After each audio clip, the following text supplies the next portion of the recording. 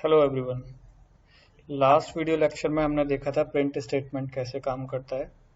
आज हम print statement में ही एस्केप कैरेक्टर्स यूज़ करके देखेंगे कि एस्केप कैरेक्टर क्या होते हैं। तो अपना पाइचार्म खोलते हैं, पाइचार्म टाइप कीजिए और ये पाइचार्म लोड हो रहा है। कुछ लोगों ने मेरे को सजेशन दिया था कि ये ब्लैक स्क्रीन की जगह वाइट स्क्रीन कर सकते हैं क्या। तो वाइट स्क्रीन करने के लिए ये ऊपर कॉर्नर में फाइल पे जाइए, सेटिंग्स में जाइए।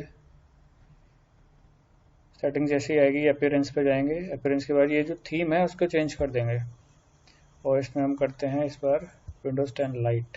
तो ये वाइट हो चुकी है, ओके करेंगे और वाइट हो गई स्क्रीन। इसके कैरेक्टर के लिए मैं एक नई फाइल बना लेता हूँ, न्यू पाइथन फाइल, इसका नाम दे देता हूँ एस्केप कैर एंड एंटर। मेरी नई फाइल खुल चुकी है। और अब हम बात करेंगे जब भी हमें बैकस्लैश यूज़ करना हो बिल्कुल एंड में किसी भी स्टेटमेंट में, तो हम बैकस्लैश को डायरेक्टली ऐसे यूज़ नहीं कर सकते। सिंगल बैकस्लैश यूज़ करके हम प्रिंट नहीं कर सकते। तो मैं बताऊंगा कि कैसे यूज़ करना है इसको इस वीडियो में। देन जब हमें न्यू लाइन में प्रिंट कराना हो कुछ भी तो बैकस्लैश एन यूज़ करते हैं। अगर हमें 4 स्पेसेस के बराबर एक टैब की तरह यूज़ करना है, टैब स्पेस यूज़ करना हो तो हम बैकस्लैश टी यूज़ करेंगे। और अगर हमें जैसे अपने कीबोर्ड में बैक स्पेस बटन होता है तो बैक स्पेस क्या करेगा, एक पहले वाले कैरेक्टर को डिलीट कर देगा। तो हम बैकस्लैश बी का भी यूज करके देखेंगे कि कैरेक्टर कैसे हम डिलीट कर सकते हैं। So let's get started. तो मैं प्रिंट करता हूँ, स्ट्रिंग में लिखना है I am learning Python. Okay, और अब मैं चाहता हूँ इसके बाद मेरा बैकस्लैश प्रिंट होना चाहिए आउटपुट में। अब मैं अगर इसको सेव करूं, कंट्रोल एस किया, मैंने सेव किया, राइट क्लिक किया, रन एस्केप कैर, तो आप देख रहे हो यहाँ पे सिंटैक्स एरर आ गया। टू रिमूव दिस प्रॉब्लम हम क्या करेंगे, हम इसको स्केप करेंगे, एक और बैकस्लैश लगाएंगे। इससे ये क्या होगा, ये स्केप हो जाएगा। तो जो प्रॉब्लम क्रिएट हो रही थी हमारे लिए वो प्रॉब्लम अब आगे नहीं रहेगी। अगर मैं अब इसको रन करूं, कंट्रोल एस किया, राइट क्लिक किया, तो आप देख सकते हैं यहाँ पे ये बाद में ये आ चुका है। बीच में आप इसको कहीं पे भी यूज कर सकते हैं, कोई प्रॉब्लम नहीं आएगी। जैसे मैंने एम के बाद लिखा, कंट्रोल एस किया, राइट क्लिक किया, रन किया, तो ये यहाँ पे आ रहा है। ये हमेशा जब भी हम नेक्स्ट कोड यूज कर रहे हैं और वहां पे हमें अगर ये बैकस्लैश चाहिए तो हमें 2 बैकस्लैश यूज करने होंगे। राइट, नेक्स्ट पे चलते हैं। लेट सपोज मैं चाहता हूं मेरा सेम स्टेटमेंट है I am learning Python.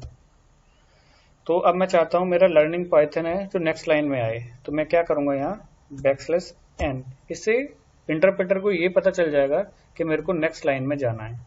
Okay, तो रन करते हैं, कंट्रोल एस किया, राइट क्लिक किया, रन एस्केप किया। तो ये आप देखिए आई एम फर्स्ट लाइन में आया, फिर इसको बोला था कि न्यू लाइन में आओ, तो ये न्यू लाइन में आ गया। तो इसने लर्निंग पाइथन को न्यू लाइन में लिख दिया। ओके, तो इस तरीके से न्यू लाइन यूज होती है। एक और काम करते हैं, हम एक और न्यू लाइन यहाँ पे ऐड कर देते हैं, उसके बाद नेक्स्ट स्टेटमेंट देखेंगे। ओके, अब हम लिखेंगे print I am learning Python. Okay, अब मैं चाहता हूं एम और लर्निंग के बीच में एक टैब स्पेस मिले मुझे, तो मैं लिखूंगा बैकस्लैश टी। कंट्रोल एस किया, रन किया, राइट क्लिक करेंगे, रन एस्केप बार।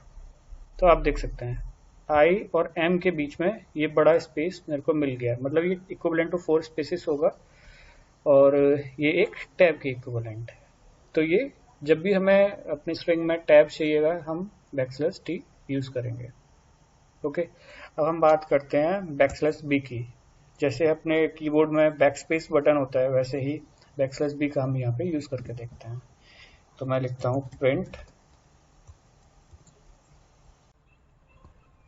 लिखते हैं आई एम लर्निंग पाइथन। अब मैं चाहता हूँ